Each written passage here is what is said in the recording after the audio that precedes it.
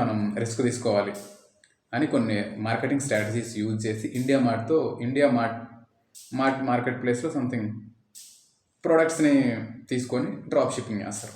యాక్చువల్గా drop shipping అనేది India మార్ట్లో చేస్తే మంచి ప్రాఫిట్స్ ఉన్నాయి. సో చాలా రిస్క్ చేయాలి. ఆ స్ట్రాటజీస్ ఏంటో నేను స్టెప్ బై స్టెప్ చెప్తాను, చాలా క్లారిటీగా వినండి. ఇండియా మార్ట్తో డ్రాప్ షిప్పింగ్ చేయాలి అనుకుంటే మనం కొన్ని టర్మ్స్ అండ్ కండిషన్స్ని must and should be follow అవ్వాలి.